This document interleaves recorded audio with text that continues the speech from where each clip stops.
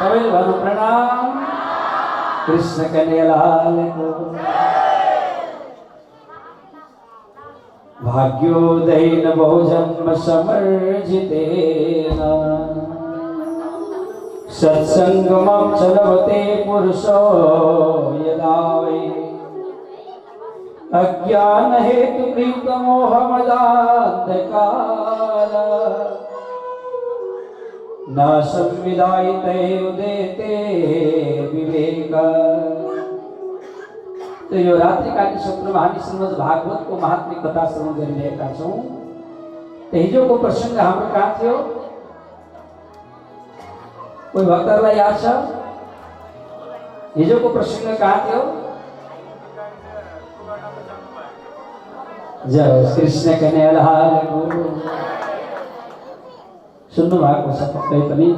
हिजोको प्रसंग हाम्रो थियो गोकर्णो पंडितो ज्ञानी धुंधुकारी महाफल। आपको ब्राह्मण को 2 संतान भई, खुदा देता है तो छप्पर फाड़ के देता है। लो यता आमाको अलग अलग सही। हिजोसम्म सन्तान नभएर रोएका ब्राह्मण आज घरमा 2 जना सन्तान भए। गाईले पनि छोरै दिन, माईले पनि छोरै दिन। कति आनन्द आज। गाईबाट जन्मेको छोरोको नाम गोकर्ण राखियो। गाईको यस्तै कान भएर अनि धुन्धुलीको छोरोलाई धुन्धुकारी भनेर नाम राखियो। कालान्तरमा के भयो? धुन्धुकारी महाफल भयो। के खटपट गरेछ हो यता? के भयो यहाँ? ठ्याक्कै हल्ला गल्ला नगरौँ है त, थोरै बेर अनि भजनमा हामी लागिहाल्छौँ। कृष्ण कन्हैयालाल को। त गोकर्ण बहुत ज्ञानी हुनुभयो।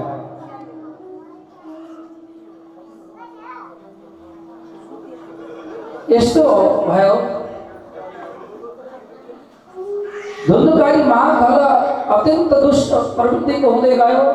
बाबु आमालाई गाली गर्ने, हेप्ने, तुच्छ बोल्ने, अनेक बोल्ने, यस्तो खालको दुष्ट प्रवृत्तिको छोरो। महाराजजी दिवस भन्दै हुनुहुन्थ्यो सन्तानहरू कस्ता भयो भनेर। आज मैले एकचोटि काठमाडौँको जोरपाटी नयाँ बस्ती भन्ने ठाउँमा यसै गरी एकादशीको दिनमा त्यहाँ भजन गाउनको लागि म गएको थिएँ। त्यहाँको आयोजक परिवारले बोलाउनु भएको थियो। म जाँदाखेरि एकजना यहाँ धादिङको 9 विषयको एकजना अधिकारी परिवारको बुवा हुनुहुँदो रहेछ। म भजन गाउँदै गएँ, उहाँ रुँदै जानुभयो। मैले उहाँलाई जिज्ञासा लाएर सोधेँ, अन्तिममा बुवा किन रुनु भएको भन्दाखेरि भन्नुहुन्थ्यो गुरुजी तपाईलाई देखेर मेरो आँखाबाट आँसु आयो। आज हजुरको सानो, यति सानो उमेरमा पनि व्यासमा बसेर कथा गर्नुहुन्छ, भक्तहरूलाई कथा सुनाउनुहुन्छ। आज तपाईँ जस्तै मेरो छोरो भनेको मान्दैन, नशा सेवन गर्छ, आएर आमा बुवालाई गाली गर्छ। गुरुजी हामीसँग धन सम्पत्ति त बहुत छ, काठमाडौँमा 5 तलाको घर छ, धन सम्पत्ति बहुत छ, तर के गर्नु गुरुजी? सन्तान राम्रो भएन। अब यो घर छोडेर म गएर गाउँमा गएर बस्छु भन्नुहुन्थ्यो। सज्जनवृन्द, सम्पत्तिले मात्रै मान्छेलाई सुख दिँदो रहेछ। सम्पत्ति त हर कोहीसँग हुन्छ। चोरेर ल्याउने मान्छेसँग पनि सम्पत्ति हुन्छ, सज्जनसँग पनि सम्पत्ति हुन्छ, धन सम्पत्ति त हर कोहीसँग हुन्छ, तर सन्मति चाहिँ हुँदैन, सन्मति हुँदैन। त्यो सन्मति केले प्रदान गर्छ? श्रीमद् भागवतले प्रदान गर्छ। धुन्धुकारी महाफल भयो। त्यो छोराको अपमान सहन नसकेर एक दिन आत्मदेव ब्राह्मणले विचार गर्नुभयो, बरु यो छोराको यस्तो तुच्छ व्यवहार सहन भन्दा गएर आत्महत्या गरेर मर्छु भनेर जान लाग्नुभयो। कृष्ण कन्हैयालाल को जानुभयो। त जाँदाखेरि छोरो गोकर्णसँग भेट भयो। भन्नुहुन्छ, बाबु तिम्रो भाइ धुन्धुकारीको यो प्रवृत्तिले गर्दाखेरि आज मलाई बाँच्न मन लागेन, छोरा मर्न जाँदैछु भनेर गोकर्णलाई गएर भन्नुभयो। अनि गोकर्णजीले आफ्नो पितालाई उपदेश गर्नुहुन्छ। देहिस्तिमां सरुधिरे विमतिं त्यजत्वम्। भन्नुभयो पिताजी यो देहको अभिमानलाई छोडिदिनुस्। मान्छेलाई दुई चिजले बाँधेको छ रे, के म अनि मेरो। म र मेरोले दुई चिजले बाँधेको छ मान्छेलाई। जुन दिन यो म र मेरो छोड्दछ त्यो दिन हामी परमात्मामा हुन्छौँ। त्यसकारणले प्राणनाथजीले के भन्नुभयो, मै बिन मै मरे नहीं, मै सो मर्न में, किन विध मै कुमारिए, इन विध हुई इनसे। यो भित्रको यो संसारको म भन्छ, बाख्रोले पनि म्या भन्छ। त्यस्तै घर मेरो, परिवार मेरो, सन्तान मेरो, वैभव मेरो, छोराछोरी मेरो, सबै मेरो मेरो मेरो मेरो म भनेर जुन बाँधिरहेको छ, यो ममताको डोरी, अहंकार र ममताको यो डोरीलाई छोडिदिनुहोस् पिताजी। देहको पछि लाग्न छोडिदिनुहोस्, इन्द्रियको पछि, इन्द्रियको सुखको पछाडि लाग्न छोडिदिनुहोस्। आज कतिपय मान्छेले भन्छन् सन्तान जन्मेपछि सुख हुन्छ, आनन्द हुन्छ, शान्ति हुन्छ भनेर। कति आमाहरू भन्नुहुन्छ के सन्तान भएर शान्ति छ होला मान्छेलाई? छोराछोरी पाएर बुवा आमा शान्ति छन् होला भन्नुहोस् त? कति त्यस्ता घटनाहरू छन्। एउटा घटना हजुरहरूलाई सुनाउँछु म। एउटा छोरो बिचारा सानै उमेरमा पिता देहवासान हुनुभयो।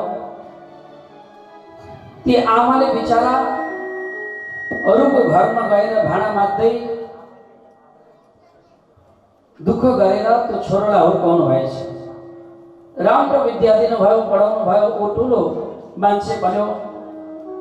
एक दिन उसले विचार गर्यो पैसा कमाउनको लागि म विदेश जान्छु भन्यो। आमासँग बिदा मागेर विदेश गयो। धेरै समय भयो आमा यहाँ सन्तानलाई आफ्नो छोराको सपना देख्नु हुँदो रहेछ राति सुतेको बेलामा। अनि त्यो छोरालाई याद गर्दै रातभरि नसुतिकन अनिदो भएर बस्नु हुँदो रहेछ। समय बित्दै गयो। एक दिन आमाले के गर्नुभयो, छोराको नम्बर पाउनु भएछ कताबाट। अनि नजिकैको भाइले गएर भन्नुभएछ, बाबु मेरो छोरोको यो नम्बर फोन लगाइदेऊ न भन्दा उसले फोन लगाइदियो। घन्टी गयो। अनि छोरोले के भन्यो, आमा भन्नुहुन्छ बाबु तेरो आमा म।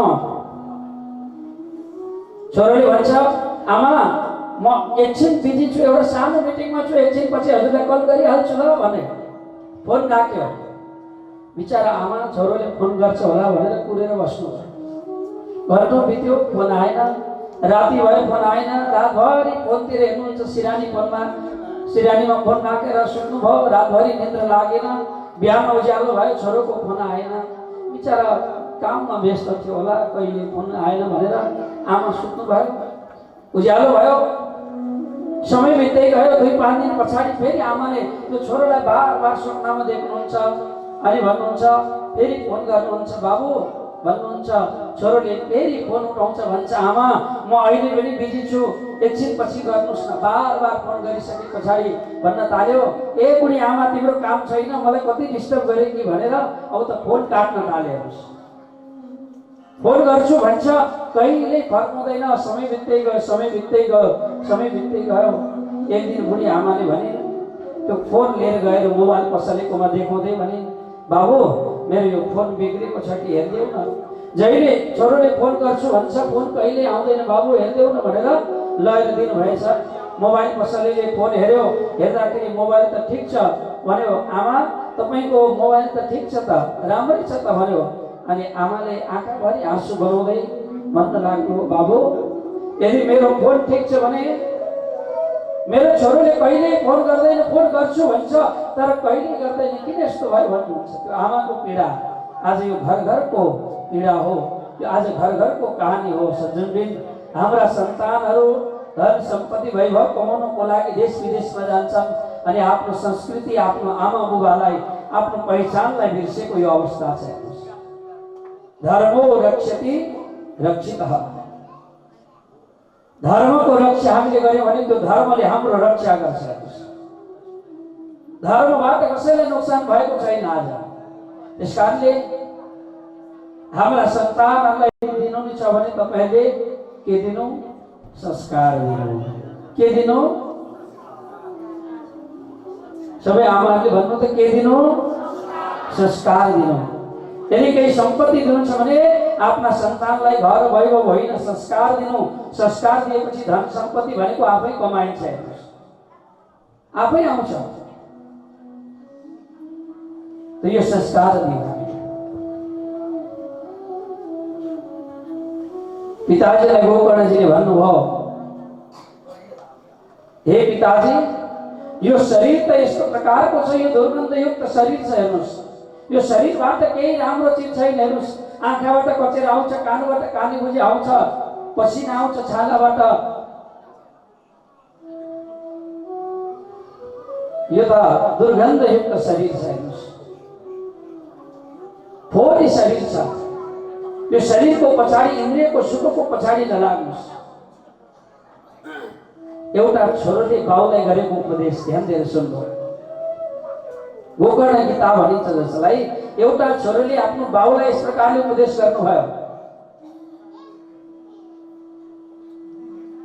यो संसारको बन्धनलाई त्यागेर तपाईँ चट्टै छोडेर जानुहोस्, जंगलमा गएर ध्यान गर्नुहोस्, साधना गर्नुहोस् पिताजी, त्यहाँ तपाईँको कल्याण छ, त्यहाँ आत्माको कल्याण छ भन्नुभयो। जीवनको 4 अवस्था हुन्छ, ध्यान दिएर सुन्नुहोला। ब्रह्मचारी, गृहस्थी, वानप्रस्थ अनि सन्यासी, जीवनको 4 आश्रम हुन्छ, ध्यान दिएर सुन्नुहोला। बचपनमा यसै बित्छ, पढाइ लेखाइ भन्यो, के भन्यो, कता भन्यो, समय बितेर 20, 22, 25 वर्षको हुन्छौँ, तब हाम्रो विवाह हुन्छ, विवाह बन्धनमा बाँधिन्छौँ। अनि 40, 50 वर्षको हुन्छौँ, त्यहाँभन्दा उपरान्त अब वानप्रस्थ। त्यो बिचमा धन सम्पत्ति कमाउने, विवाह गर्ने, घर सम्पत्ति वैभव जोड्ने, त्यतिखेर ध्यान दिनु है। त्यसपछि जब हामी 50बाट उँभो लाग्छौँ नि, 50बाट उँभो लागिसके पछाडि वानप्रस्थमा प्रवेश गर्छौँ अनि विचार गर्नु कि अब मेरो भक्ति गर्ने समय हो। अब बिस्तारी बिस्तारी सबै काम व्यवहार धन्दाहरूलाई बिस्तारी बिस्तारी आफ्ना छोरा नातिलाई बिसाउँदै बिसाउँदै अनि के गर्ने, आफू भजन भक्तितिर मन लगाउने। जब हामी 60 वर्षबाट उता लाग्छौँ, त्यहाँपछि घरलाई पनि त्यागिदिने, शास्त्रले त्यो भन्छ। घरलाई त्यागिदिने, तीर्थमा गएर भगवानको भजन गरेर अनि यो देहलाई परमात्मामा मिलाउने भन्छ। नभए त यो जीवन त यस्तै छ प्यारे सज्जनबिन।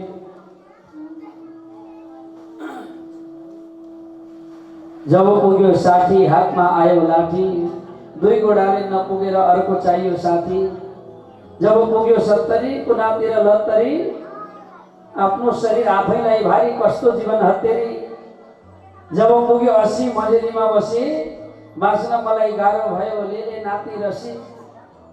जब पुग्यो 90 हब्बे न कब्बे, हेर्नुहोस् सबै छुट्टै छुट्टै जान्छ। त्यस कारणले भगवानको भजन गर्नुहोस् पिताजी, यसैमा कल्याण छ, हेर्नुहोस् यसैमा आनन्द छ। दुनियाँमा सबै दुखी दुखी छन्, सुखी एउटै मात्र छ। कोही तन दुखी, कोही मन दुखी, धन बिना रहत उदास। थोड़े थोड़े सब दुखी, सुखी श्याम का दास।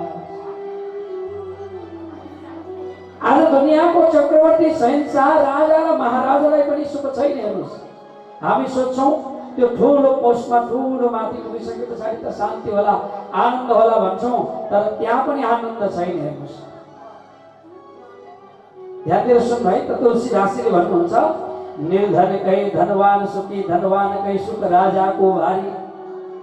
एक गरिब मान्छेले के सोच्छ अरे, धनी मान्छे बहुत सुखी हुन्छ होला भन्छ। धनीलाई गएर सोध्यो भने के गर्छ, धन सम्पत्ति छ, काम गर्न बिर्सेको हुन्छ, अल्छी हुन्छ, अनि अल्छी बसी शरीरमा रोग लाग्छ, अनि मकै घोटेर मकै भटास खाए जस्तो ट्याब्लेट र गोली सुगर र प्रेसरको इन्जेक्सन हान्छ पेटमा बिहानै बेलुकै। सुख छैन, आनन्द छैन, धन सम्पत्तिले पनि दुःख छ। त्यो धनी मान्छेलाई गएर सोध्यो भने के भन्छ अरे, निर्धन कै धनवान सुखी, धनवान कै सुख राजाको भारी। उसले भन्छ रे यो देशको राजा सुखी छ, राजालाई गएर सोध्यो भने राजा झन् दुखी छ। राजालाई गएर सोध्यो भने उसले भन्छ रे चक्रवर्तीलाई सुखी छ, चक्रवर्तीलाई गएर सोध्यो भने पनि चक्रवर्ती सुखी छैन। उसले भन्छ सृष्टिकर्ता चतुर्मुखी ब्रह्म सुखी हुनुहुन्छ, त्यो ब्रह्मलाई गएर सोध्नु भने ब्रह्म पनि सुखी हुँदैन भन्नुभयो।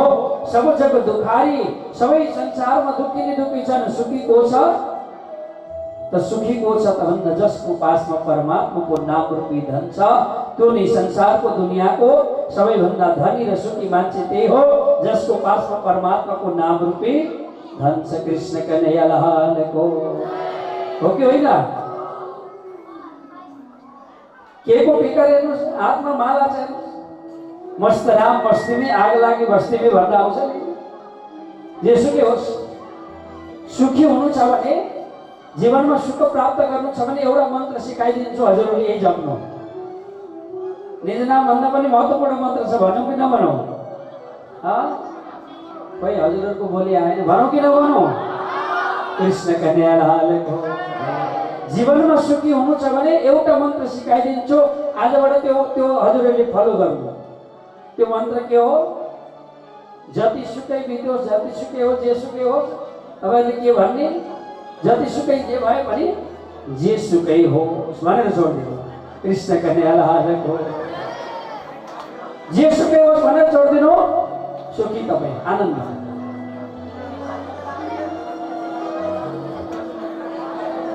के को हल्ला आयो?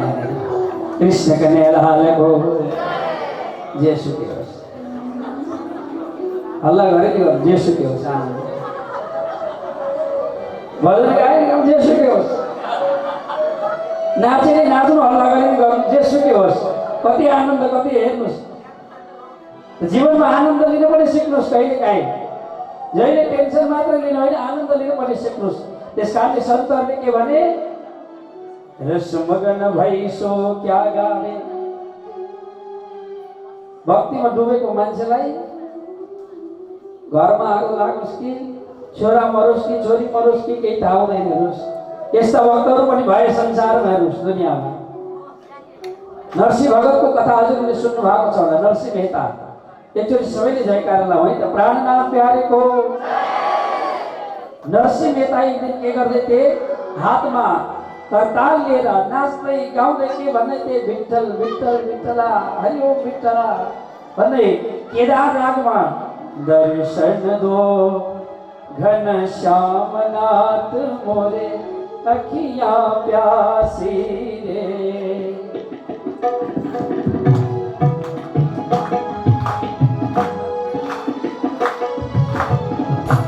दर्शन दो घन श्यामनाथ मोरे अखियां प्यासी रे।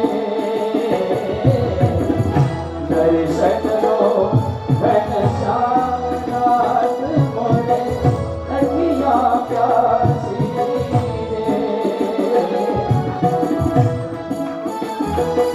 घन श्याम आइसकेको मोटो म गाउन सक्दिनँ, अहिले घाँटी बसेको छ। त नरसिंह भगत हातमा करताल लिएर गाउँदै नाच्दै के गर्नुहुन्छ? माटो मुस्दै हुनुहुन्थ्यो। मुस्दै त्यो उनको छोरो सानो खेल्दै आयो। त्यो माटोमा तोपिएर उनले कित्दै त्यहाँनिर पत्नीले देखिन, अरे के गरेको लाटो, ये पागल, आफ्नो छोरो आएर त्यहाँ परिसक्यो, कित्दैछौ करताल, ध्वनि बजाएर भजनमा मस्त। भगवानको भक्तलाई जेसुकै होस्, जति बितोस्, जे होस्, के भन्ने? अलि जोडले भन्नु न, के बिग्रिन्छ? जेसुकै होस्, जतिसुकै बितोस्, के भन्ने? कृष्ण कन्हैया लालको, सद्गुरु महाराजको। त्यस प्रकारले पिताजीलाई गोकर्णजीले के गर्नुभयो? सुनाउनु भयो। त ध्यान दिएर बस्नु होला, अलिकति शान्त चित्त हुनु होला। थोरै बेर अलिकति प्रसङ्ग छ। अब तब के गर्नुहुन्छ? आफ्नो चाहिँ ब्राह्मण त गएर जङ्गलमा गएर भजन गर्न थाल्नुभयो। धुन्दुली हिजो छोरीको बहिनीको छोरो लिएर आएर हुर्काकी, आज त्यही छोरोले के गर्न थाल्यो? ए दुष्ट, मलाई पैसा दे भन्न थाल्यो घरमा आएर। वंजर त कानका फुली, नाका फुली, कुनै के झुम्का फुकाल्नु दि। अब नभएपछि के दिनु? यदि सम्पत्ति दिन सक्दिनस्, धन दिन सक्दिनस् भने किन जन्माइस्? तँलाई भनेर अब गाली गर्न थाल्यो। आमालाई पीडा भयो। उसले विचार गरी यस्तो छोरोको पीडा सहेर बाँच्नुभन्दा त बरु कुवामा गएर हाम फाल्दा मर्छु भनेर राति नै गएर कुवामा हाम फाल्दा मरिचे द्वन्द्व लिएरोस्। तब समय बित्दै गयो। ध्यान दिएर सुन्नुहोला। त धन्धुकारी यति महाकाल भयो। अब के गर्न थाल्यो? हिजो अस्ति त माता पिता हुनुहुन्थ्यो, उसलाई डर थियो। अब त घरमै 5-5वटी गणिकाले राख्न थालेछ। मदिरा पान गर्न थाल्यो। ब्राह्मणको छोरो मदिरा सुरापान गर्न थाल्यो। वेश्यालाई लिएर आएर घरमा राख्न थाल्यो। अब त उसको प्रवृत्ति यस्तो दुष्ट भयो। चोरी गर्न थाल्यो, ठगी गर्न थाल्यो। एक दिन ठुलै माल सामान हात पारेर लिएर आएछ। अनि लिएर आएर भन्न थाल्यो, हे प्रिय हेर आज कति सम्पत्ति ल्याए भन्यो। गणिकाहरूले विचार गरे, यो दुष्टले आज सम्पत्ति कहाँ चोरेर लिएर आयो।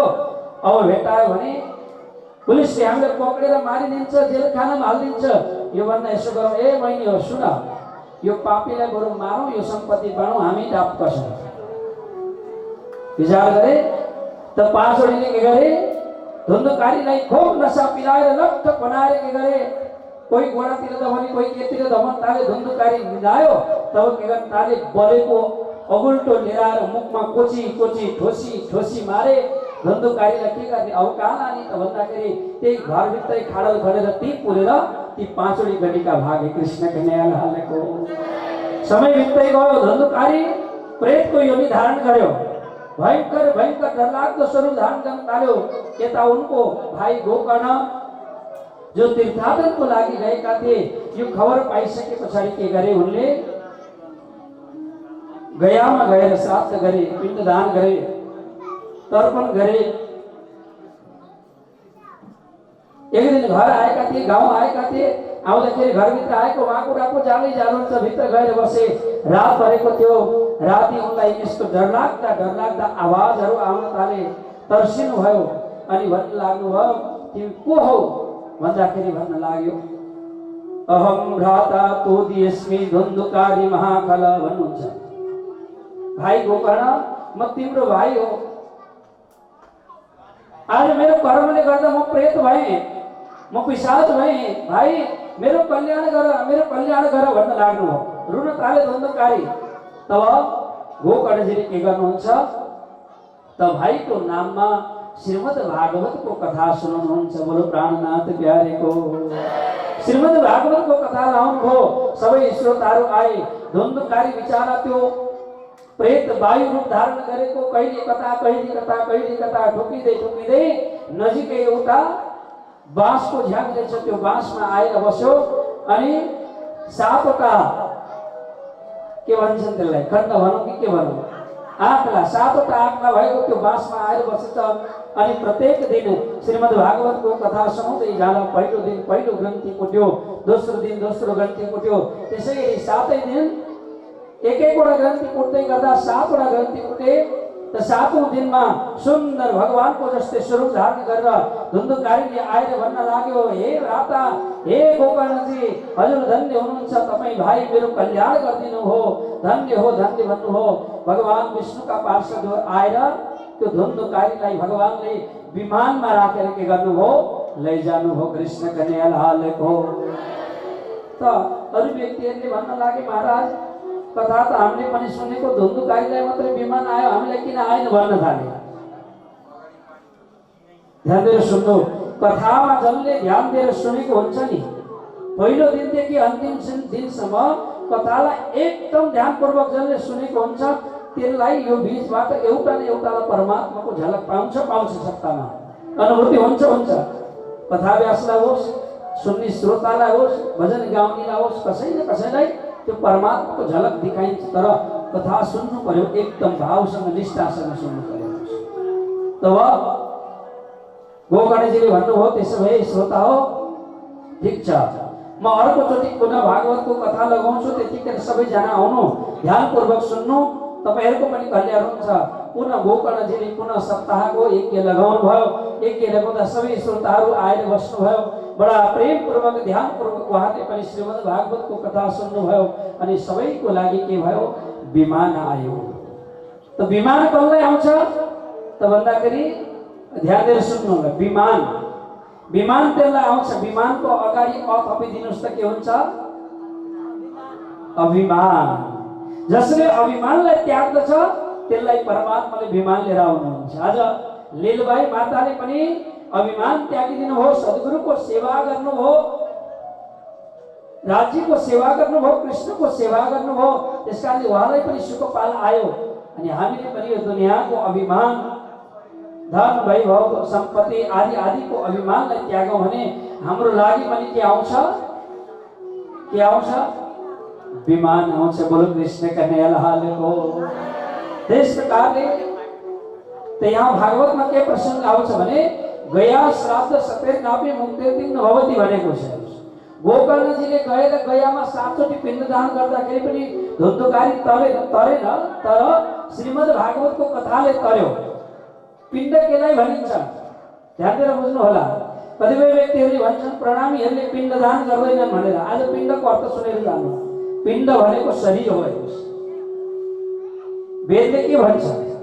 यत् पिण्डे तत् ब्रह्माण्डे, तत् ब्रह्माण्डे यत् पिण्डे। जस्तो शरीर छ त्यस्तै हो संसार छ, जस्तो संसार छ त्यस्तै हो शरीर छ।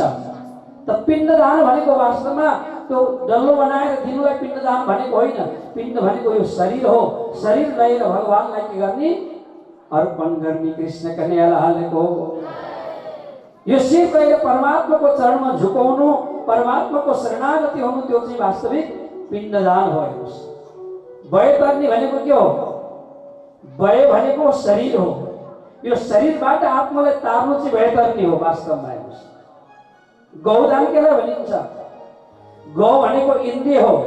यो इन्द्रियहरूलाई परमात्माको चरणमा लगाउनु, कानद्वारा भगवानको कथा सुन्नु, आँखाद्वारा परमात्माको दिव्य झाँकीको दर्शन गर्नु, मन वचन वाणीले पनि कहिले पाप नचिताउनु, यो चाहिँ वास्तविक गोदान हो। कृष्ण कन्हैया लाल को। यो कुरालाई हामीले बुझ्न जरुरी छ।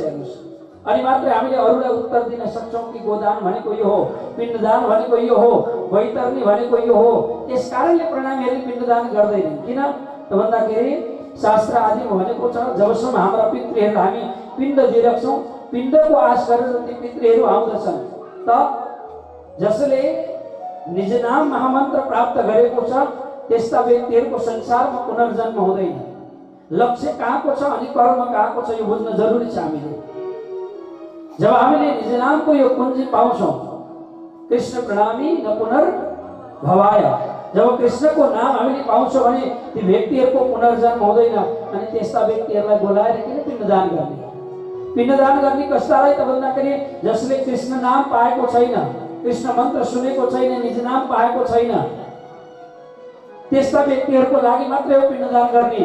नभए जसले कृष्ण मन्त्र प्राप्त गरेको छ, कृष्णको नाम प्राप्त गरेको छ, त्यस्ता व्यक्तिहरूलाई पिण्डदान गरिराख्नु आवश्यक छैन। किन त भन्दाखेरि श्रीमद् भागवत प्रत्यक्ष प्रमाण छ।